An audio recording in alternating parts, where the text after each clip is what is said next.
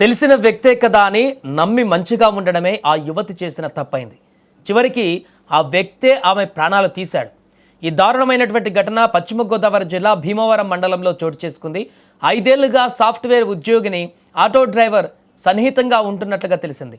అయితే ఇటీవల కాలంలో తనను దూరంగా పెట్టిందనే కోపంతో ఆటో డ్రైవర్ ఆమెపై కత్తితో దాడి చేసినట్టుగా పోలీసులు తెలిపారు. కేసు నమోదు చేసుకుని పరారీలో ఉన్నటువంటి డ్రైవర్ కోసం ఇప్పుడు గాలిస్తున్నారు. ఆటో డ్రైవర్కు ఇప్పటికే పెళ్ళై 2 పిల్లలు కూడా ఉన్నట్టుగా తెలుస్తోంది. పశ్చిమ గోదావరి జిల్లాలో సాఫ్ట్వేర్ ఉద్యోగిని హత్య ఉదాంతం ఇప్పుడు కలకలం రేపుతుంది.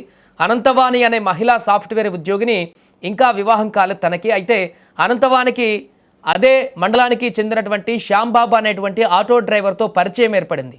5 ఏళ్ల కిందట పరిచయం ఏర్పడగా శ్యాంబాబుతో అనంతవాణి సన్నిహితంగా ఉంటూ వస్తున్నారు.